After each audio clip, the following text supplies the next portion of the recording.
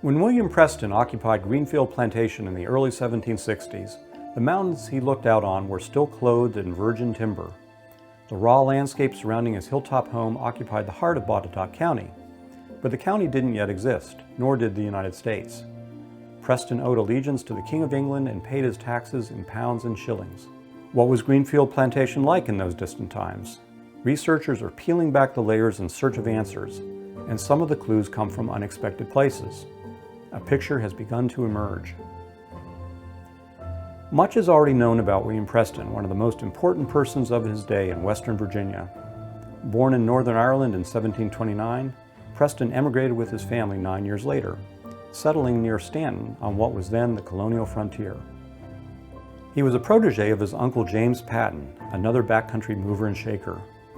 When Patton was killed in the Draper's Meadow Massacre in 1755, Preston took his place as a political and military leader during the perilous years of the French and Indian War.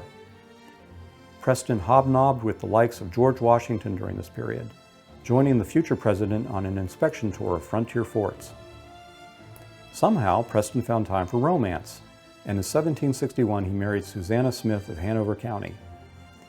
By 1764, William and Susanna had moved to Greenfield, where they resided until moving again to Smithfield near Blacksburg in 1774.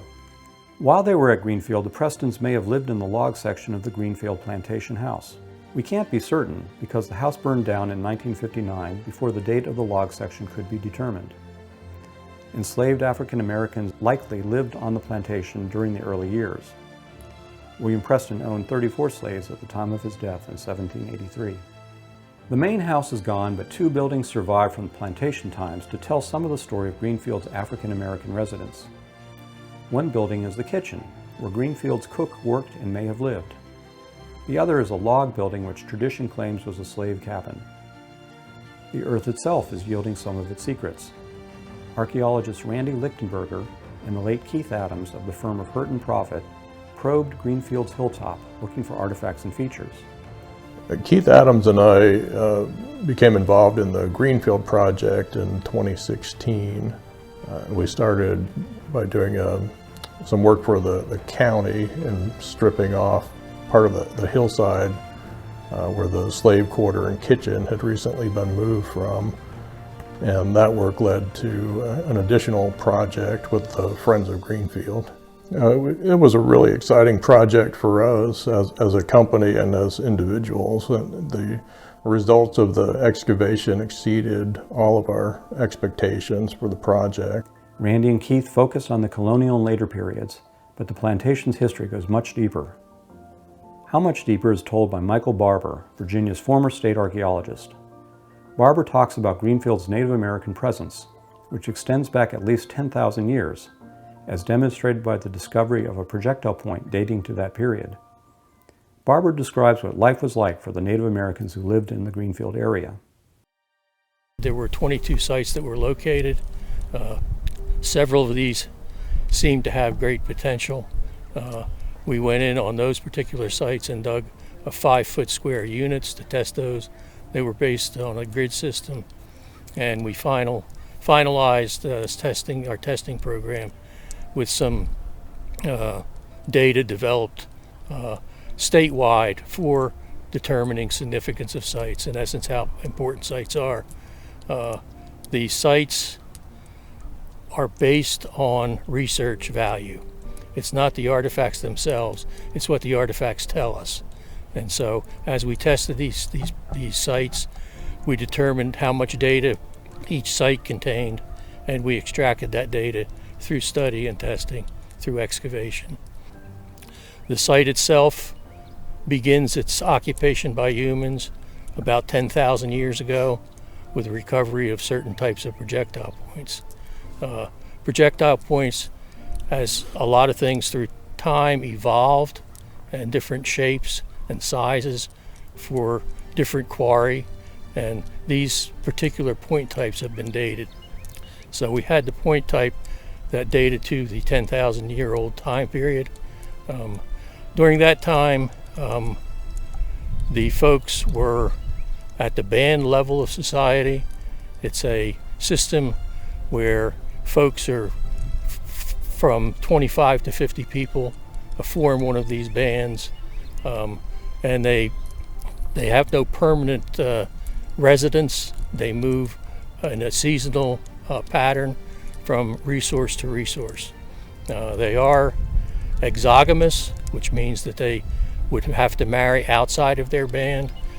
So probably once a year, several bands got together. It's what's called a macro band situation. And at that point in time, they exchanged spouses, information, resources, etc. On Greenfield, probably the interesting resource was probably either white-tailed deer or the nut crops that would be available here.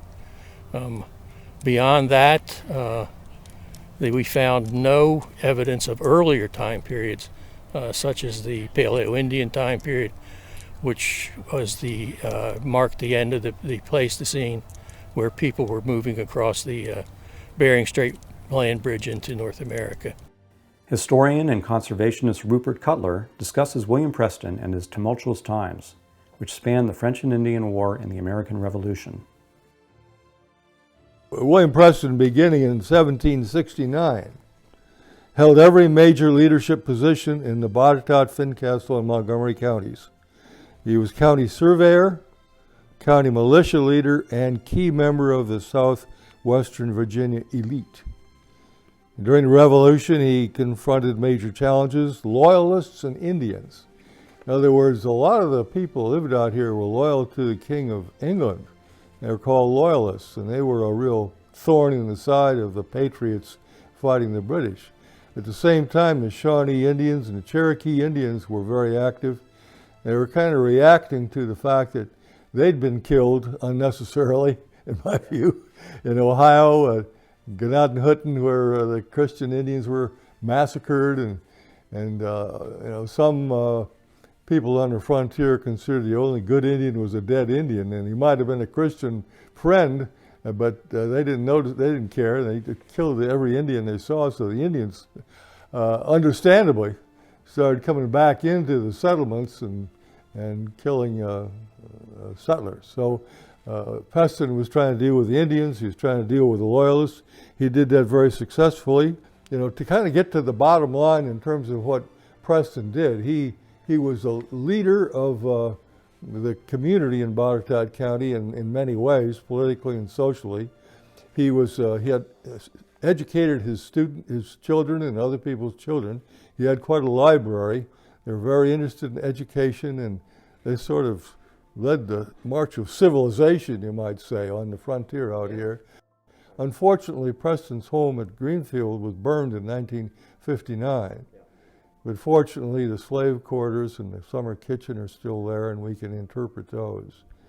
Cheryl Sullivan Willis touches on Greenfield's African-American connections. She describes Greenfield as a gemstone of life and helps broaden the Greenfield story, which is also the story of a community. I was privileged to have the opportunity to, know all of my grandparents. I had the opportunity to hear stories and talk to them, my grandparents, great-grandparents, cousins, uncles. I come from a very large family on both sides. I was able to hear different stories. My grandfather used to come here to take care of the graves. I'm now at this time in my 50s, and my grandparents and their parents, my father just recently passed away. With every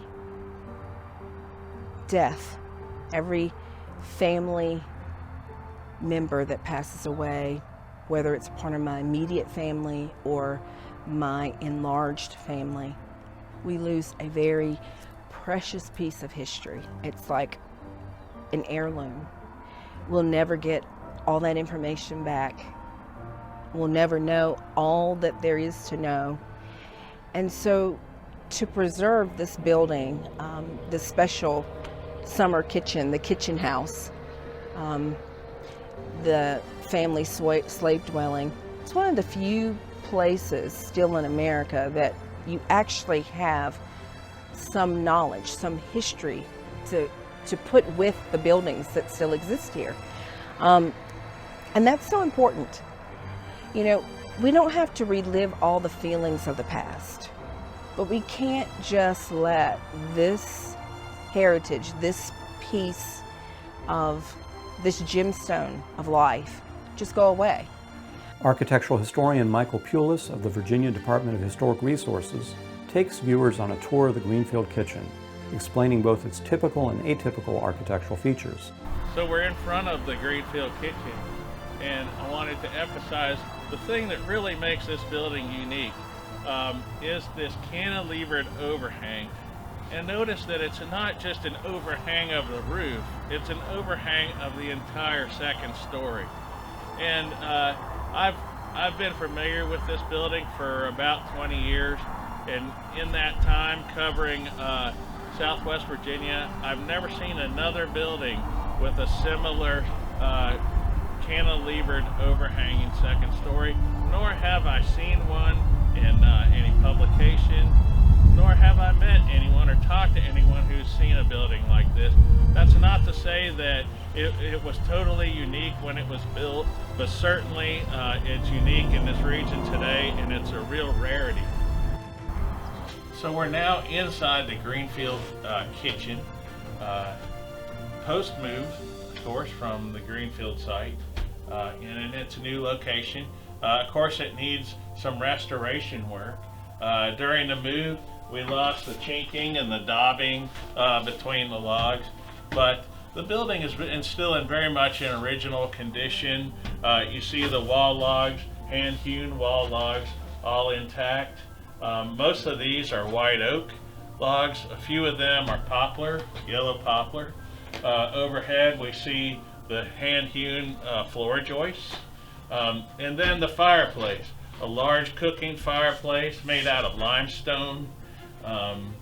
It's got a iron lintel carrying that load above the firebox there. And then you see the hearth of the second floor fireplace, although it's been considerably altered, but it does show that the building always had an upstairs fireplace. Very likely that enslaved servants that worked in the manor house and in this building cooking for the Prestons lived upstairs. Actually a fairly comfortable room upstairs for them. This building doesn't show any signs of ever having had any sort of interior wall treatment, any sort of finer interior treatment such as plaster or even wall boards. There's no evidence that there were any boards mounted on the wall. Instead, the interior wall treatment was simply whitewashed. That was very common in utilitarian structures such as this one. Pulis and Virginia Tech professor Carolyn Copenhaver have dated the kitchen to 1844 or 1845 using Dendrochronology, a scientific discipline based on tree ring identification. Dendrochronology has yielded an 1864 date for the slave house. The goal was to determine the year that these trees were felled and became logs. And the way that you do that is you have to drill a hole in the outer edge of the wood. You see that this log still has the bark on it, and so we know that this outer edge of wood was the very last year that that tree grew. And that has to be on there in order to determine the date. So what we found was that the majority of logs in both of these pens, which we know were built at the same time or just about the same time, many of the logs in these two log pens that make up this one building were continued growing through the 1864 growing season. So in about October of every year, trees stop growing and become dormant through the winter time until the spring. And they stop creating new wood on the outside of their trunk. So what we were able to determine was that this whole building was built after the 1864 growing season and before the 1865 growing season. So the trees were felled between October 64 and probably April or May of 65. And of course, in April of 65, federal troops came in and effectively brought an end to the Civil War. And when they did so, this building was almost brand new and occupied by probably multiple families of enslaved African Americans.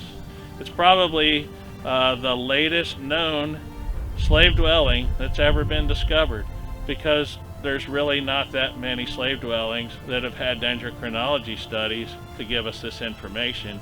But it's also how many slave dwellings could have been built that late into the Civil War. Probably not that early. Okay, so we're in the east pen of this double pen saddlebag plan slave quarters. And this shot right here shows very clearly how that massive center chimney is right between the two log pens. The east pen ends right here. The west pen picks up right through this little breezeway area. And the chimney is constructed of limestone. The firebox here has some infill lining of brick. That's 20th century brick, so that's not original to the building, and that's something that could probably use to be restored. Of course, the hearth is gone now. That would have been a brick hearth probably, or possibly stone. Overhead we have a fully hewn joist. In a finer home, you would have seen hand plane or hand plane floor joist, but everything is done crudely because this was a home of enslaved persons. Everything was built quickly and rather crudely. Instead of any kind of interior wall treatment, what you got was whitewash. That's made out of lime, which is burned limestone, slaked with water, and then it becomes a brushable pigment. They put it on year after year after year till it built up a nice coat. You can see that there's a thick coat of whitewash on all of these logs. Down here, I wanted to point out this log is not original. It's an original log, but it shouldn't be there. The only reason it's there is as a brace for the move, for when they lifted this entire building onto a flatbed trailer and moved it. That piece of log was taken out somewhere and put there to serve as a brace. So that's going to have to be moved. But these logs are the original corner logs. But one thing that we've observed is that this doorway was not here originally. The only doorway was in the opposite wall. And the building had only one window. This downstairs room, one window, one door, that's it. This one was cut in later. So to access the second pen. Archaeologist Randy Lichtenberger describes the historic artifacts recovered from the Greenfield site, some dating back to the property's beginnings in the mid-1700s. Shards of Delftware and German-made Westerwald have been found, indicative of the colonial trade networks that linked Greenfield to the transatlantic world. There was a huge volume of artifacts on the site. I think the most impressive thing was the early date of the assemblage, particularly for the bulk of the features, which were the slave quarter and possibly the first structure occupied by the Preston family themselves in the 1760s. And there was a big collection of mid-18th century ceramics. Some of the stuff even predated the occupation of the site and was likely heirloomed by either the Preston family or the people who preceded them. Among those artifacts were Delftware, which is or a tin glazed ware, and we had some sherds of that were decorated with a manganese powder, and that's a decorative style that basically ended for the majority of those vessels in the 1740s. Also, some of it did carry into the 1750s in certain styles. And so that was a really early marker for us. Another early type of ceramic that we recovered was a drinking vessel made of Westerwald, which is a German stoneware, a German salt glaze stoneware. That's something that would have been produced before the site was occupied and brought to the site, in our opinion. So you're looking at some of the very earliest stuff, and if it didn't predate William Preston's occupation, then it was stuff that he brought with him that had been older at that point. And then we started getting into ceramics from firmly in the Preston period. And we've got things like, there's white salt glaze stoneware with decorated rims. We have barley pattern and dot diaper and basket pattern rims. And those, although they were made in the 1720s, they continued up into around 1770. So they would have been there in the 1760s when the Preston family was there, and quite possibly reused in that period. We also see early creamware showing up on the site. We have a piece of, well, it's the same pattern as we're seeing in the white salt glazed with the dot diaper and basket, but it's in a creamware, which is very early 1760s. And that has a tortoise shell decoration, which is a swirl of green and yellow and brown glaze on it. And then you move into a little bit further into the 1760s, and you see we have a lot of just plain creamware that we recovered, Queen's pattern rims. We have some tea wares, both in the creamware and in the white salt glazed stoneware. So those are all indicative of that early period as well.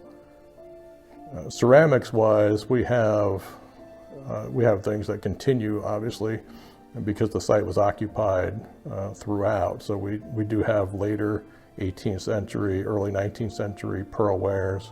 We have a variety of white wares and yellow wares as the site was occupied later in the period. But the later wares were primarily coming from feature 2, which is the kitchen, the larger feature. The other features that we found, including the potential early house site, the slave quarter site, those seem to have been occupied only up to around 1800, and were probably abandoned just before that period. Rupert Cutler brings the Greenfield story up to the present by describing the campaign to memorialize William Preston and link Greenfield to Preston's later home, Smithfield, located near Blacksburg. We decided we'd make this effort to memorialize William Preston and began the fundraising, began the design project, and step by step, we got it done over 12 years. We bulldozed the site, we built the compass points on the ground, we put in a low peripheral wall, we got Boy Scouts involved. 3 Boy Scouts became Eagle Scouts with their projects at the Preston Memorial.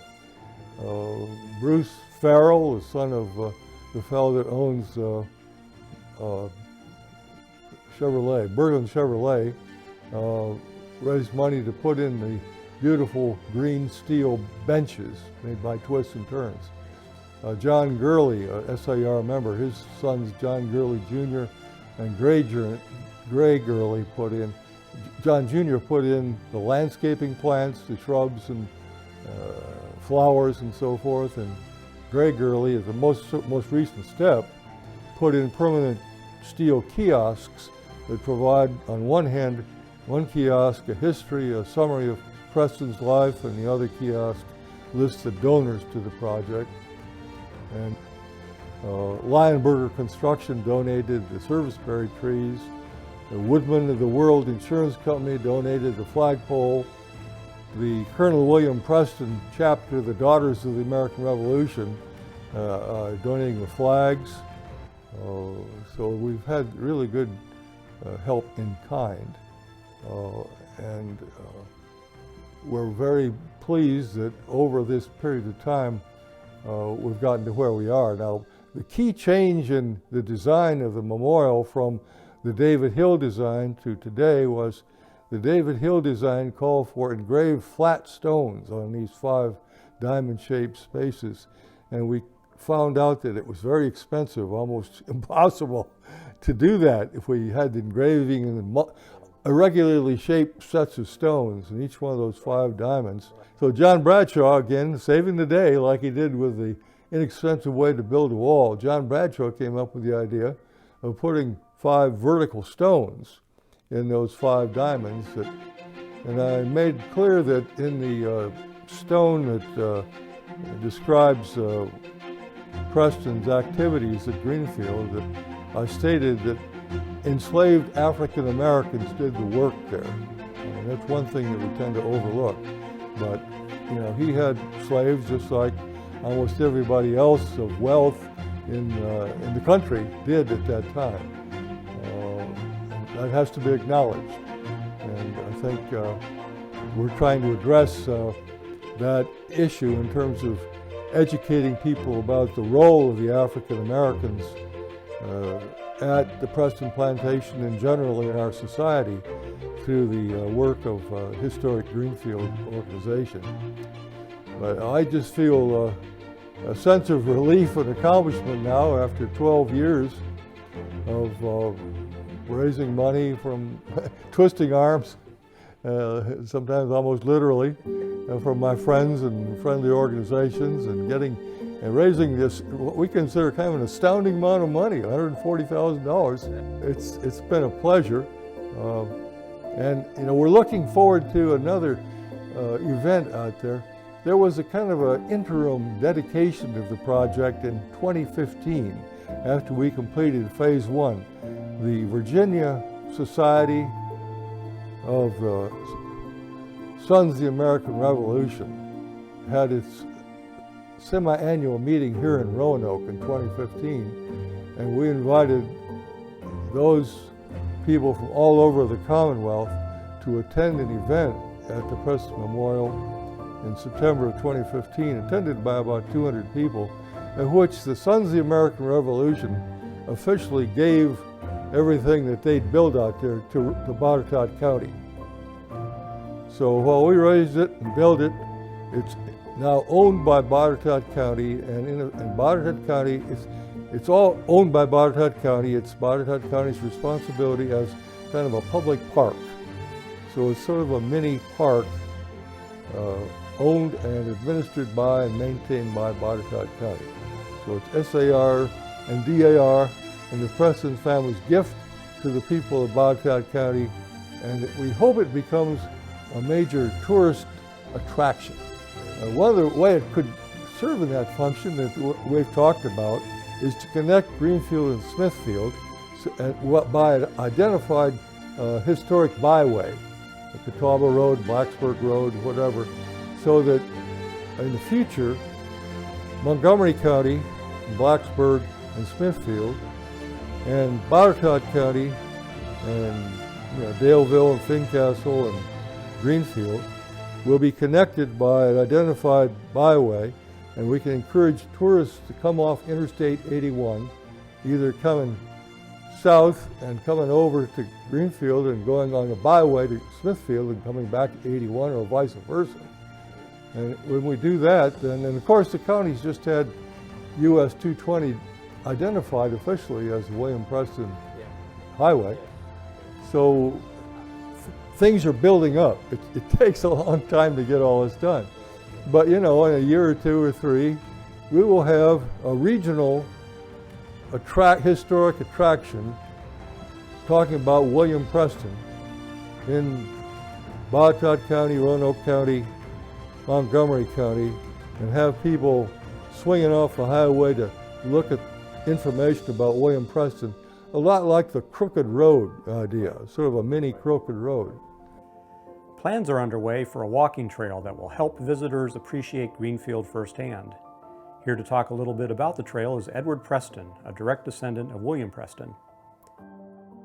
I'm Edward Preston, descendant of Colonel William Preston. I'm going to start the tour with this manager's house, and it's believed that the original building was a kitchen that belonged to Sarah Preston, whose house is right next adjacent to this building here. We would like to make this the starting point for a walking tour, and I think it would be a good idea to have a reception inside this building. So that means we've got to do a lot to make this building habitable and safe for the public. Obviously, we've got to restore the roof, and we're not looking to modernize anything, but we do have to make it safe. Obviously, we'll need some steps and some railing. We need some signs. And in here, if we had a reception room, we could come in here and there could be a person that would actually have brochures and information for people to get started on the tour.